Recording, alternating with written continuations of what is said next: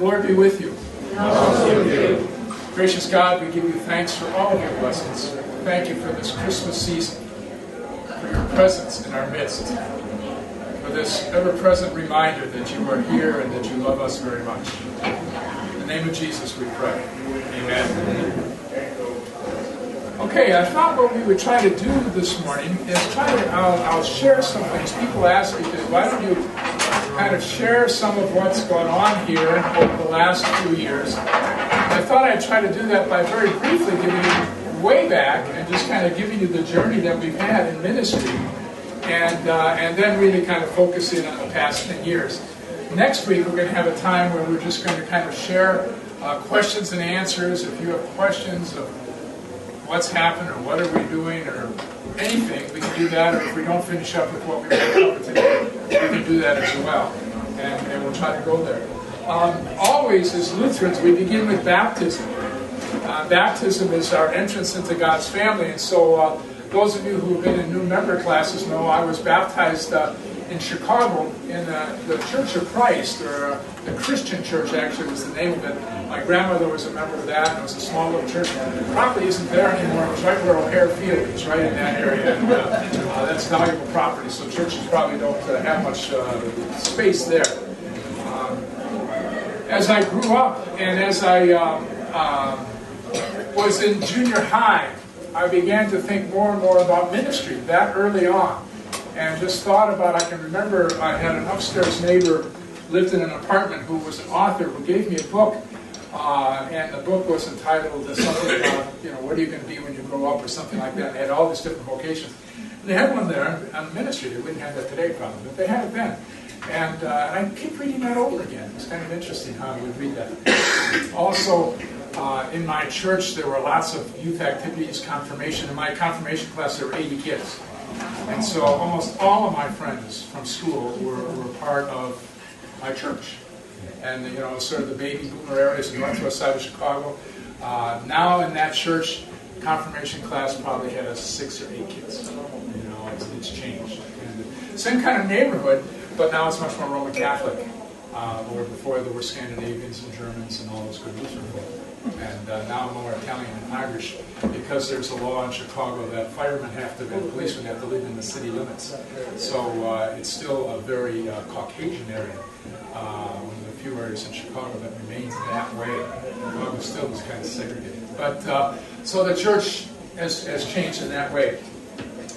Then in high school, again through youth group, Luther League, those of you who remember Luther League, again that sense of calling was just always sort of present there. And I thought about doing other things from time to time, thought about teaching high school, maybe being a coach, thought about being an attorney, I enjoyed chemistry, I thought about maybe being a pharmacist or something like that. I remember going to a conference that Walgreens put on for future pharmacists, and that was really kind of interesting. But kept coming back to the idea of being a pastor.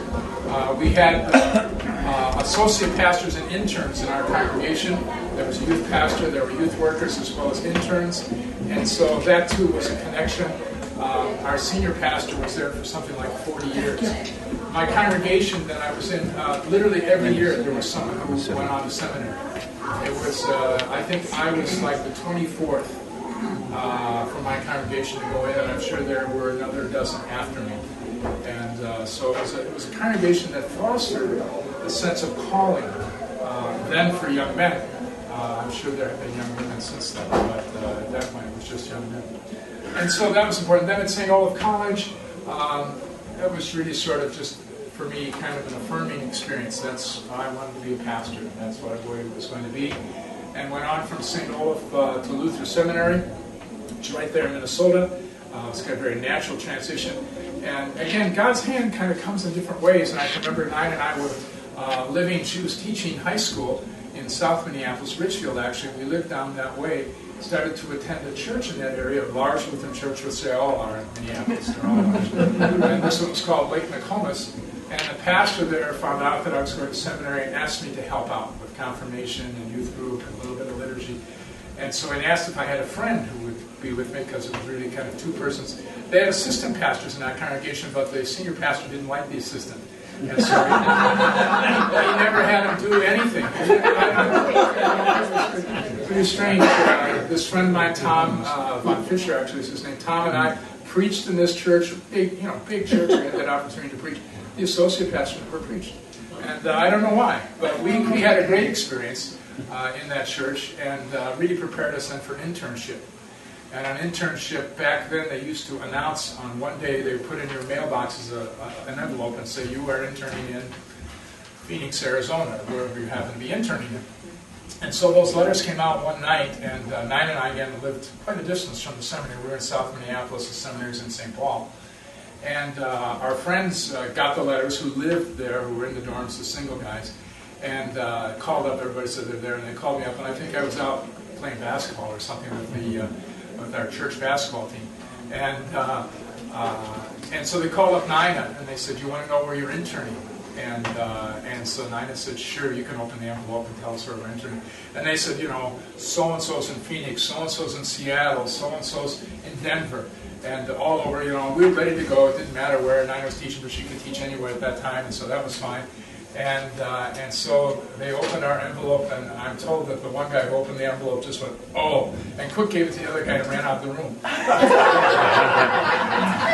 And our glorious adventure was in Farmington, Minnesota, which was about 30 miles south of Minneapolis. It wasn't Phoenix or Seattle or Los Angeles or all those great places. But as it turned out, we really had by far the best of the internships. We had a wonderful intern supervisor. Lowell Erdahl was his name. He later became, actually when we went back to seminary that fall, he went back also as a homiletics professor, and then became a pastor of a large church there in Minneapolis, and then became bishop of the St. Paul Synod, and still is a close friend. And I'm sure that's part of what has motivated us to want to be involved with interns, because we had such a good time of internship.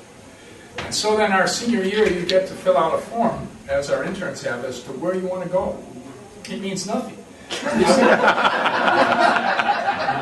least it meant nothing.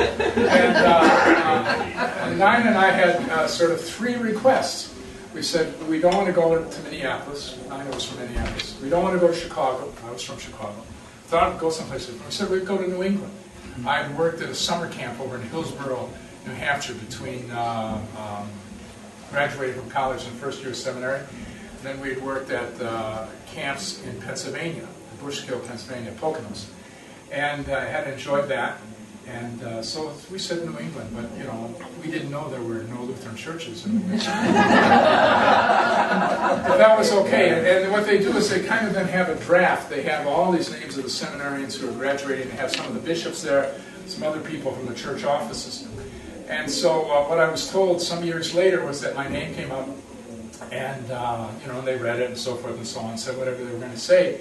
And the bishop from southeastern Minnesota, a guy named Knudsen, Melford Knudsen, had been a member at this late Nokomis Lutheran Church where I worked. In fact, the first person I ever gave communion to was the bishop, who was then called the district president.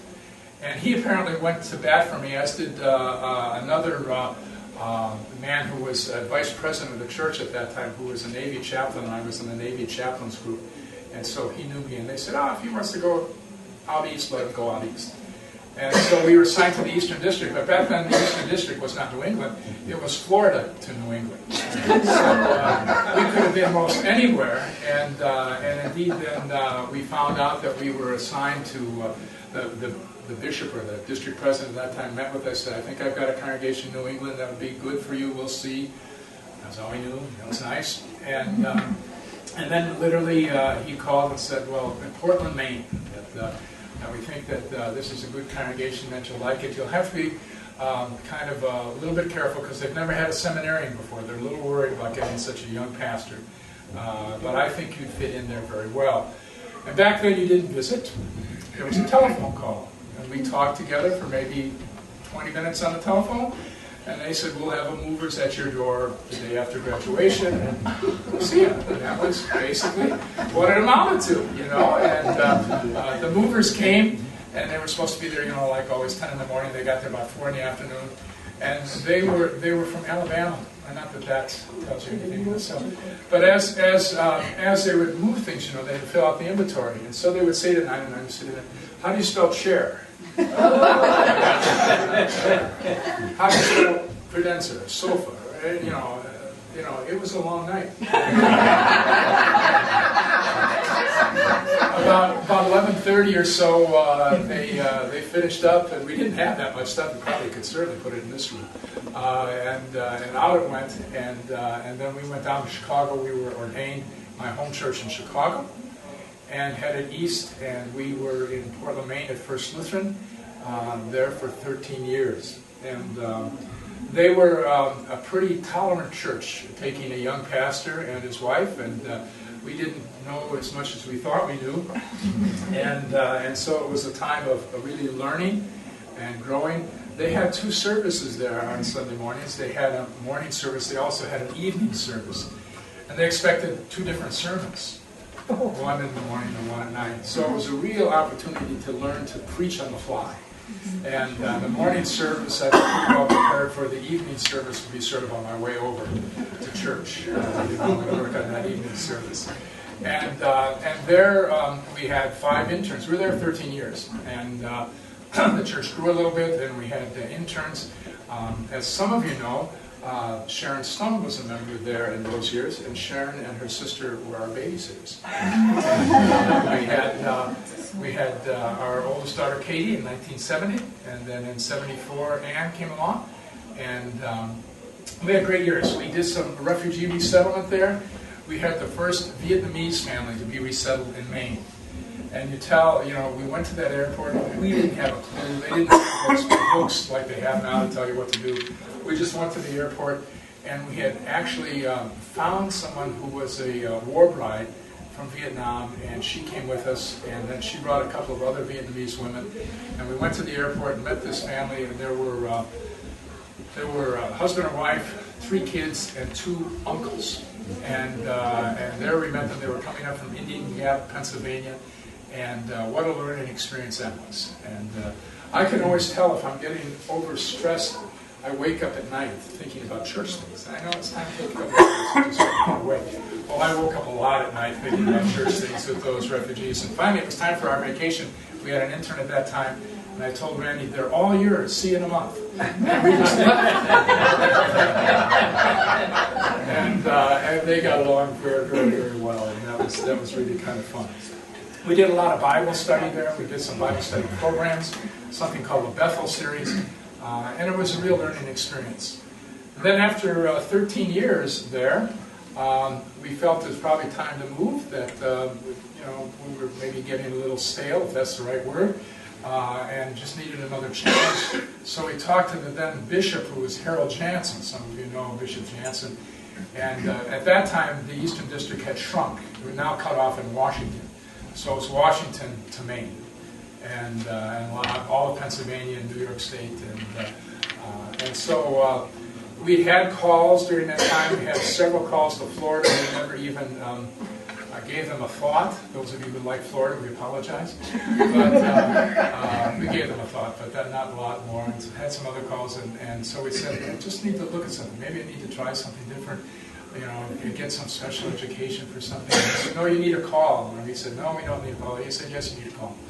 And so he said, there are 2 places I'd like you to look at. One is Central Lutheran Church in Anchorage, Alaska. And the other is a mission church down in suburban Washington, D.C. And so we thought Anchorage would be kind of exciting for about 2 days. And realized sort of the impact that that would have on our family of moving that far away in those days. And so I was on the Synod Council at that time, and the meetings were in Washington, D.C., and I had promised Katie, our oldest daughter, the next time I went to Washington, I'd take her with.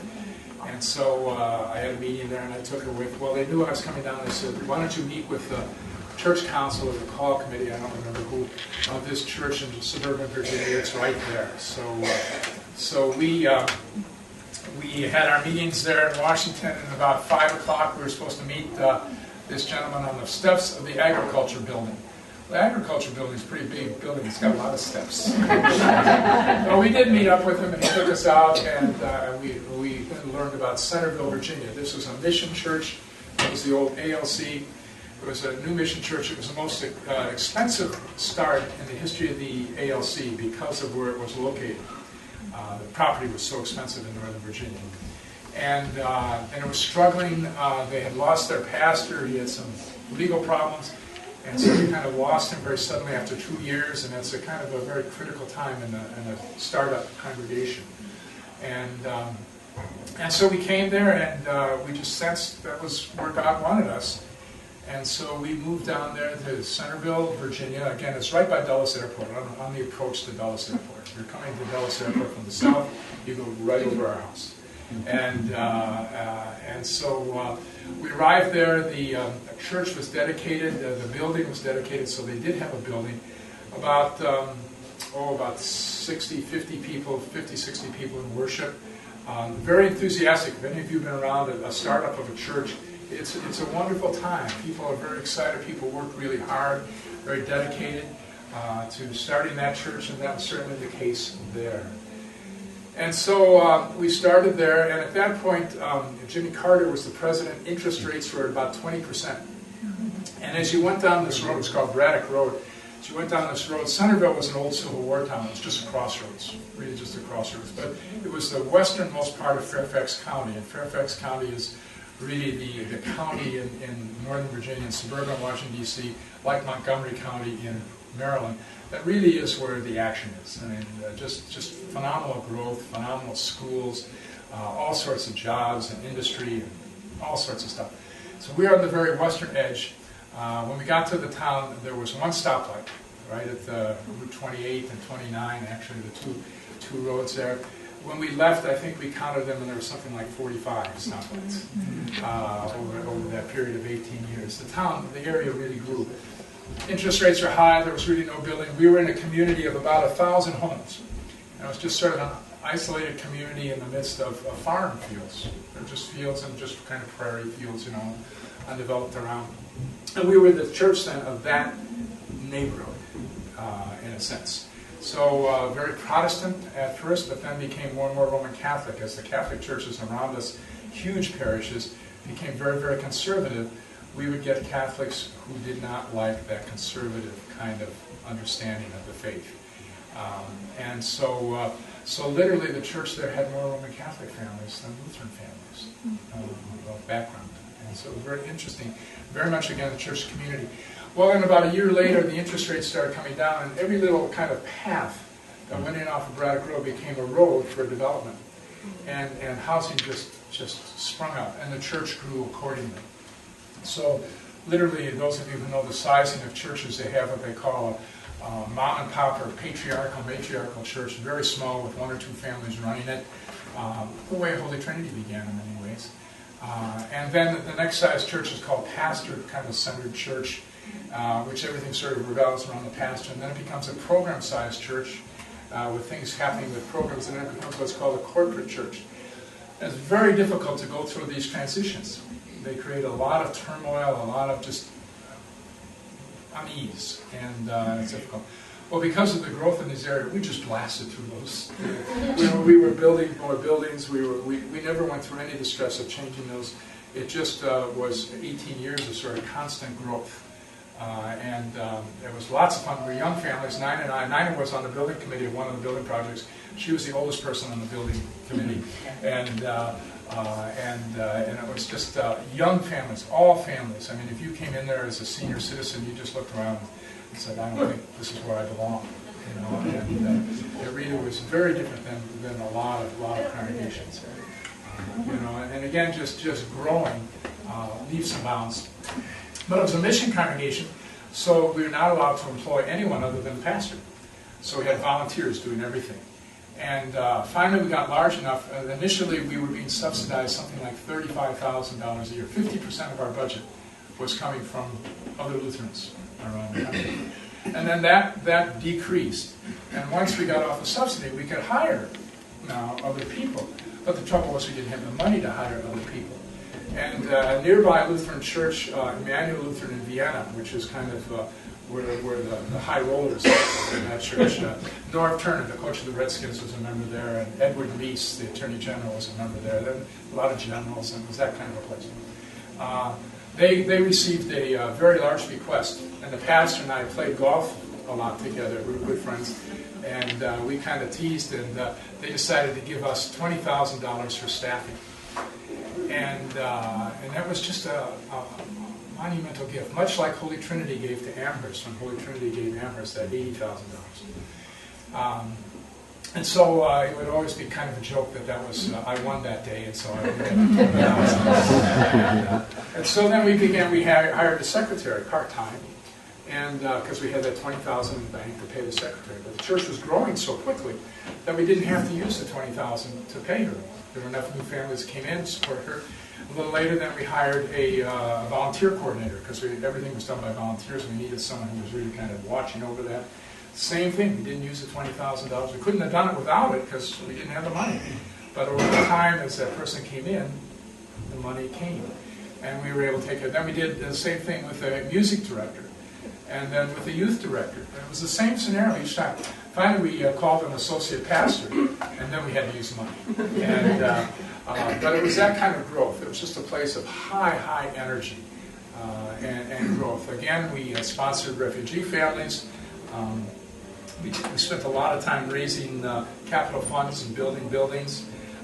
We did a lot with small groups and retreats. And we had a men's retreat and a women's retreat. That was a 3-day retreat once a year at Via de Cristo or Tres Dias. It's a similar thing, but we did it within the congregation. And it really produced a lot of enthusiasm, a lot of spiritual growth, and fed the small groups. And so that was, as the congregation grew, there was no way I could do ministry, with the numbers that were there. It was really difficult to get the right associate pastors there, and we tried pretty hard, but just weren't able to get always the right. The first one we had was Pastor Kari. She's preached here. She was the best by far of the ones we had, but she was only there for 2.5 years because her husband was getting his master's in Catholic, and then they took a call up to Vermont at that point and left. So we were going through associate pastors, and again, I would kind of interview the associate pastor. I said, this is a great place to do ministry. People are going to love you. They're going to take good care of you. You're going to have all sorts of opportunities and things, but you have to work hard. And they kind of look at me like, deer in the headlights. Work hard?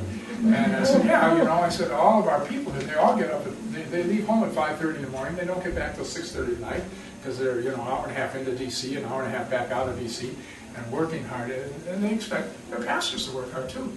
Well, the associate pastors could never quite get that. Just didn't get that. Our interns worked much harder than our associate pastors ever thought of working at. And that was a time at seminary where they were teaching the young pastors, you should only work 2 out of every 3 kind of work sections of the day. So if you've got an evening meeting, then don't come in till noon. Or if you've got an evening meeting, then take the afternoon off.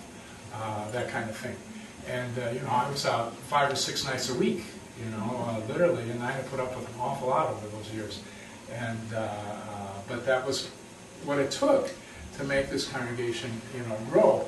I would visit each new member before they joined, and we had 2,000 new members join, and that was 18 years. That was a lot of visits. And but it's transient, so people would go out and so forth. And worship grew to about 550 a Sunday there. So again, we were just in the right spot. We were very much a community church. If there was some emergency in the community, they wanted some kind of church, something or other, they would come to us. The great thing was everybody was so young in the community, there were no weddings. I probably can count the number of weddings I had, on one hand. And the same with funerals. The funerals we did have were oftentimes tragic kind of funerals. But there weren't many of those. But baptisms, we had baptisms every Sunday of the year, and that was the congregation. That was the kind of congregation. We did a lot with Habitat. We had some really good people in the congregation that worked with Habitat. So every summer we would send a group for a week at Habitat, and those kids, I think about 4 are now pastors. They went on to seminary. I think we had 4 or 5 that went into the Peace Corps, all because of that summer mission trip and their experience with Habitat with Humanity. And that was just so significant. We established a relationship with Namibia, much the way we have with Tanzania. I coordinated the program for the Synod with Namibia, and so it was very easy to have, every year we had a pastor from Namibia come and visit us. I did a sabbatical in Namibia in 1995, and Nina and Ann got to join us and joined me there, and that was I taught stewardship. The churches in Namibia, there were German missionaries and Finnish missionaries, and they were both state churches, so they knew nothing about stewardship because their taxes paid their offerings in those churches. They had lots of money for the people in Africa, for Namibia, they gave them lots of money. But it was clear that those churches were going to pull back from Namibia. It was time for the people in Namibia to learn about stewardship. And they're very, very poor, very poor. And so it was a matter of trying to teach the pastors about stewardship, and that's what I did on sabbatical. And had a lot of fun with these pastors. The young pastors really got it. They had, again, a European mindset. They thought, I would go into a church and say, well, how many people are in your church, in your parish? And they would say, 5,000. 5,000? Wow! And this was not unusual. And I'd say, well, how many people are in church on Sunday morning in worship? I'd say 500. 500, 5,000. Well, it was this sort of kind of like in Norway where everybody's born a Lutheran. Well, in Namibia, everybody's born a Lutheran. And you see them at confirmation, and you see them for their wedding, and you see them when they die. That really, their confirmation classes, they have 200 in the confirmation class. Because every kid in that community comes to confirmation, but then they'd be gone. So to teach them and kind of give them a different understanding of the faith, to say that evangelism is right in your community. They thought mission work was sending missionaries. They sent 2 missionaries up to Zambia, and that was the mission work of that church. They began to say that, no, right in your community, there are thousands of people not coming to your church. And the young pastors kind of got it, and it was really fun to see those lights turn on. Some of them just never did get it. That was the way it was. But so that was the sabbatical over there. So we were there 18 years and decided, well, it'd really be fun to do one more church before we do what we're doing in a few weeks. Or to stay there. And to stay there, what I saw needed to be done, I just didn't feel I had the energy to do it. And that would be to start a satellite congregation. There were areas that were growing, and we could have started a satellite congregation about 4 miles down the road and in their school and had them come to our place for confirmation. So that really, was just more than I thought I could do at that point. So we put our papers in, as they do now, and they're called mobility papers, and you kind of fill out these things, and bishops get that. And we had, again, several interviews, but nothing just kind of felt right. And Bishop Isaacson, who was the bishop here, was an old friend of mine back from the old ALC days. He was in New York, a pastor there back then, and he said, I really have this church I think you should look at. It's in Portsmouth, New Hampshire, and the rest is history, as they say. We won. It just was such a good match. Nina and I were not sure what we were going to find when we came. You always find surprises. You all know that. But all the surprises we found here were good surprises. And we just would look at each other and say, how did that work out? We never saw that coming, and that was really good. And it just worked out so very, very well. One of the things that the call committee stressed on us was Holy Trinity needed more youth involvement. And that was just said 100 times over. And so I've always loved youth work. The group that I was in at seminary, we sort of said, well, I guess we'll preach on Sunday if we have to. But we really want to meet with the Luther League Sunday night. That's what we're in ministry for. Because you knew that the lives that were changed were most often the younger lives. Some of us who get older, not going to change that much, may lean a different way. But the kids are where you could really have an influence as a pastor. And so youth ministry was always very, very important to us. And so the fact that Holy Trinity wanted youth ministry was good. I wasn't about to sleep on the floors as I used to do and some of those things, but you can still do it. And so we came here, and it was clear one of the things that was needed was senior high Sunday school. And Nina and Tim Altoff took over the senior high Sunday school. And that's what turned around the youth program. The people say, oh, well, you did this, and you had mission trips, and those things were all very good and very important. But the thing that turned the program, that really got it going, was the Sunday morning Sunday school that these guys put on. They have 20 kids up there, and the kids really enjoyed it and were engaged in what was going on. It was a lot of work. Nina, I can remember, and Tim too, is stressed out on, what are we going to teach this week? And then even when they decided, then they had to prepare it. It was an awful lot of work, but it really bore fruit in the youth ministry of Holy Trinity. And you just saw that just take off in so many ways. The other thing was, I met with the confirmation parents, and I would say, we want to have a youth ministry. We need your support. It was clear that kids couldn't ride their bikes to church. When I was in Virginia, certainly half to 2/3 of the congregation could walk to church. It was really a neighborhood church, in the true sense of that word. That was not the case here. And so we had to have the support of parents, and so we said, are you committed to getting your kids here? And parents have been. Some of you are here. Attendance in confirmation is always up about 90%. It's just great. And that's because the parents get them here. Otherwise, it wouldn't happen. And so it's kind of a teamwork again of working. And then with our interns in, also that's been really special. And then John and Christy were here working with our youth.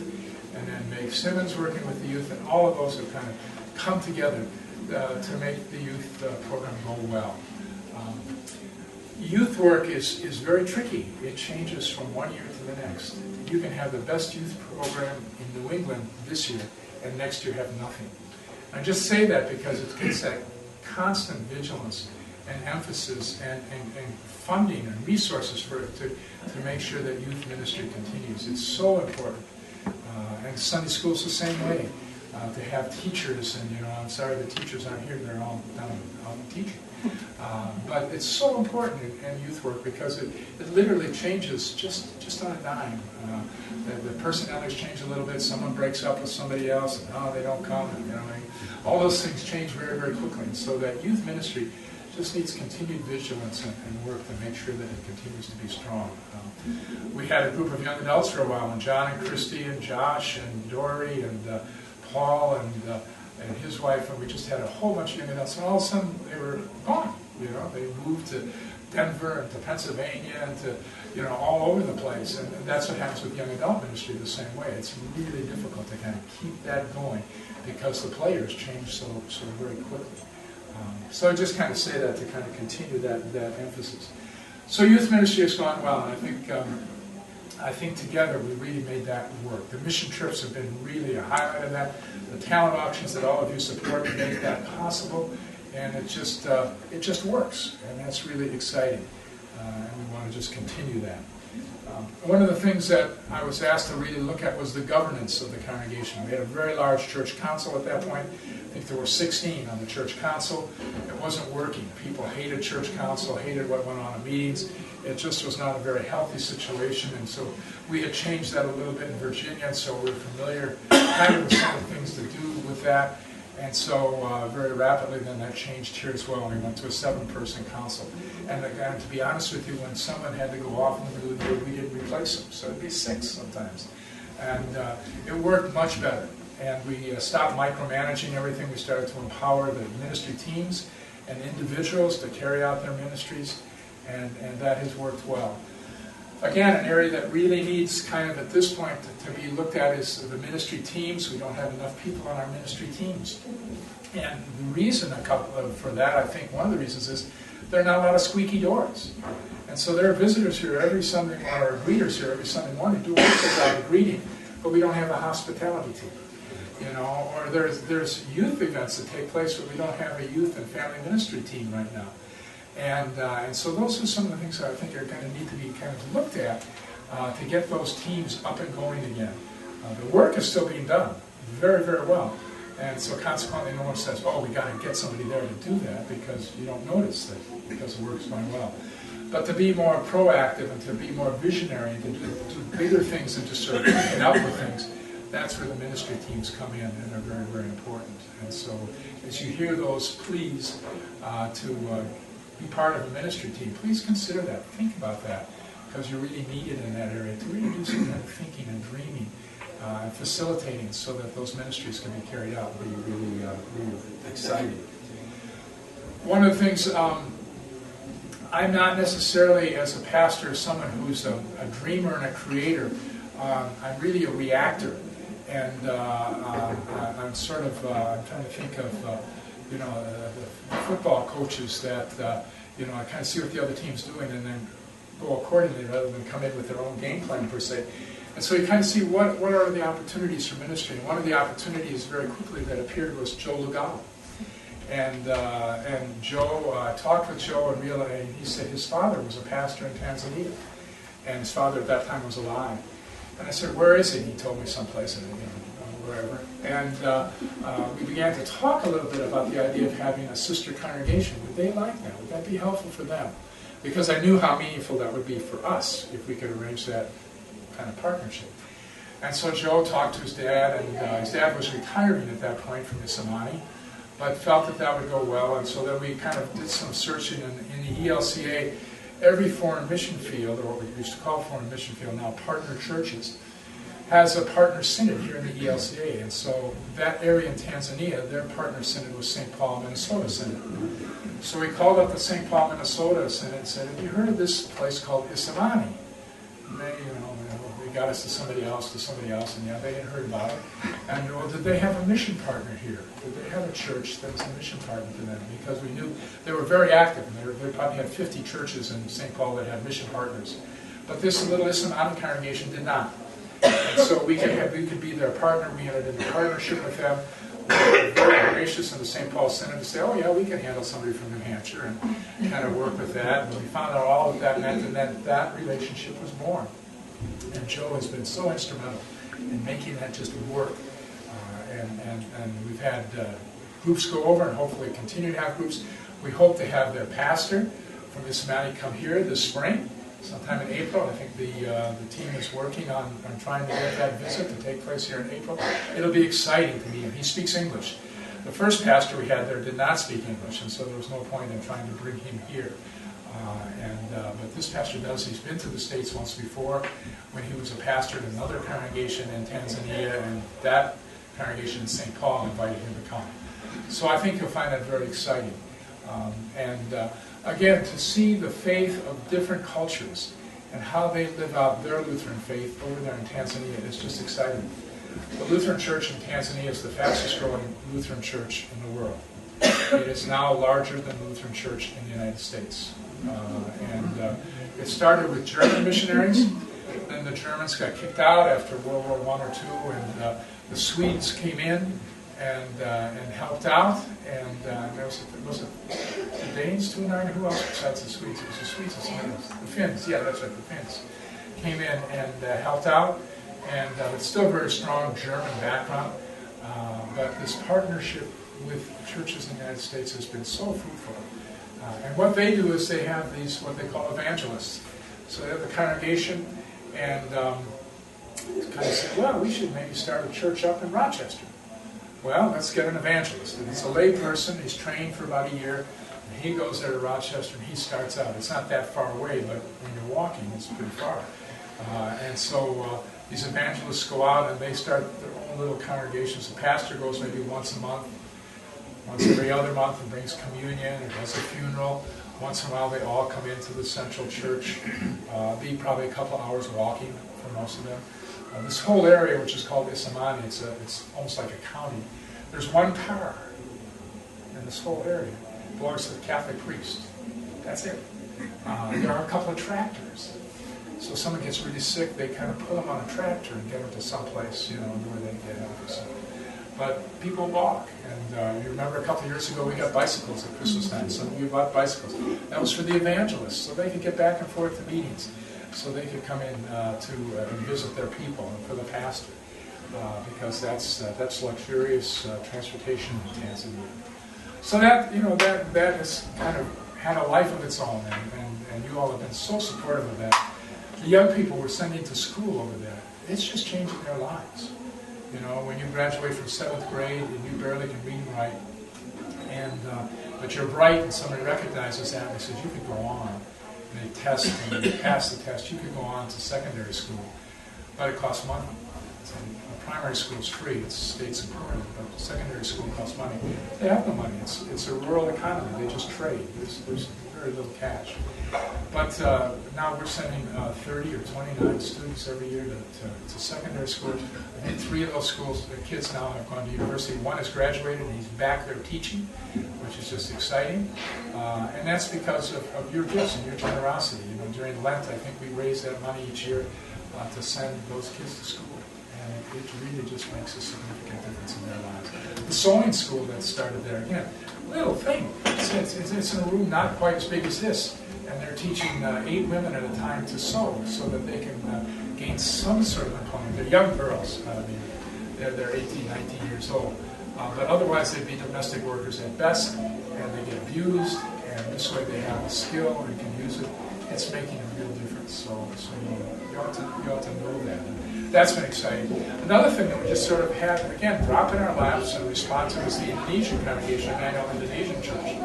And there too, those Ethne and MacArthur just came a couple of Sundays toward the end of the first summer that I was here, and I teased Nina one day after church. I said they're going to call and want to meet with me, and they're going to want to rent the church. And I said, you watch and see.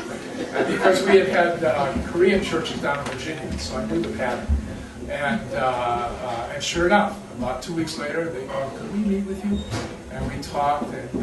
But I had been in that situation where it was landlord and tenant, where the group paid rent, and it didn't work so well. Nina was the preschool director in Virginia, and every Monday morning they would come in and pick up the pieces after the Korean kids had been there in the afternoon, Sunday afternoon, and just sort of destroyed the place. And it just didn't work. And both churches were growing, we just kept bumping. It just wasn't a happy relationship. And so I said, well, if we do it here, let's try to do it more in partnership. And they were very open to that. And I think through some of you teaching ESL, and some of you doing other work with them, the tax work that was done with them, they really saw a caring community here. And they very much want to be American, be part of the American kind of milieu. And so they decided then to become ELCA. And it wasn't an easy choice for them. They were Reformed. They were more Baptist in style, and to be part of a liturgical church, they weren't sure, and they're not very liturgical, but they're part of us. It was a big change for them in many, many ways. But because of what they saw in all of you, they really, I think, wanted to make that change. And Pastor Robert had to take classes for a year, and a lot of stuff went on, and now they're, of course, part of the ELCA. It's been difficult for them with the whole homosexual issues that the church is going through. It's very hard for Africans and Asians to understand, a whole different understanding about that. But again, because of their ties and their strength of relationship with us, they not talk about leaving the ELCA or anything like that, and feel very much a part of this church. And that's been just such a great opportunity for those who have gone to their services or gone to the gala in the fall. Almost every Sunday at the 11 o'clock service, there's one or more Indonesian families worshiping with us. And for some reason, they can't come on Sunday afternoons, so they choose to worship with us. We have one Indonesian family that they both were born here in the States. They're uncomfortable at the Indonesian church all the time, so they worship with us and occasionally go to the Indonesian church, just because she doesn't speak Indonesian. And when that's ever the situation, you think everybody's talking about you, that kind of situation. And in that regard, too, this has been a difficult week for them. The young woman who was stabbed in Dover was a member of Emmanuel, and the man who stabbed her is actually one of the leaders of Emmanuel Lutheran. I don't know what happened, but you certainly want to remember their pastor in prayer. And Russ Hilliard has done unbelievable work toward immigration. They were being plucked up by the ICE people. Their papers are out of status, and we heard about this program by a young Presbyterian pastor down in New Jersey, and having his people register with the ICE people, and if they register, they won't grab them and deport them because they know where they are and everything's fine. And so Russ got that going in New Hampshire, and it's done just unbelievable, a large amount of work to get that going. But now, members of Emmanuel and the other Indonesian congregations in the area can register there in Manchester, Concord, at the ICE office, as long as they've not got a criminal record. one young man went to register, and he in high school, he had stolen a wallet. He's now 26 years old, he's married, got a job, he was getting his green card. In high school, he'd stolen a wallet. And I don't know if he never told his folks, I think that was the case, and they said, make sure now you don't have any outstanding warrants or anything. No. He went in and they just grabbed him like that, and they were ready to deport him, and that's what they do in that situation. But someone knew Cheryl Pingree, the congresswoman in Maine, and Army. His dad's name is MacArthur, okay, and his middle name is Army, and Army lived in Maine, and so Cheryl Pingree got him somehow a stay of execution, literally, out of jail. That just wouldn't have happened without the work that Russ and the others working with the Indonesian community have done. And so again, it just has really made a difference and just really been important. And I think that's given great life to us as well, you know, as a congregation. A couple of years ago, we had a surplus in our budget, and we said, what should we do with this? So we had all sorts of ways to give it away, but one of the things we thought is, let's start an intern program here. That would be exciting. And at a church council retreat, it came to the idea that we could be a teaching congregation, and what that would mean. And the intern program has resulted, and that's just been exciting. I think you're going to miss not having an intern more than you're going to miss me not being here. But that intern program can be restored. That can be regained again. And so that's kind of the ministry that we've shared, trying again to kind of do that together with all sorts of resources. You know, a lot of you here have served in teams. Mark's done the adult education. You know, everybody kind of taking their piece. You know, whatever that piece is. And that's what really makes this place such a special place. And indeed, I'm very sure that you're going to just get a fine candidate for pastor, because the reputation of Holy Trinity now in the Synod is very, very good. And the bishop assured us that she's just going to really get a fine candidate to be the next pastor. So that's a good thing too. And that's because when everybody's working together, and there's a spirit of cooperation and caring, it's a fun place to do ministry. You know, and it just makes everything enjoyable. You have fun, the pastor has fun, we have fun together, kind of carrying out the ministry that God has intended for us, and that really makes it special. I filled up the hour. So next week, if you have any questions, it'll be much more informal. We'll just talk together and share together and go from there. Good. Thank you.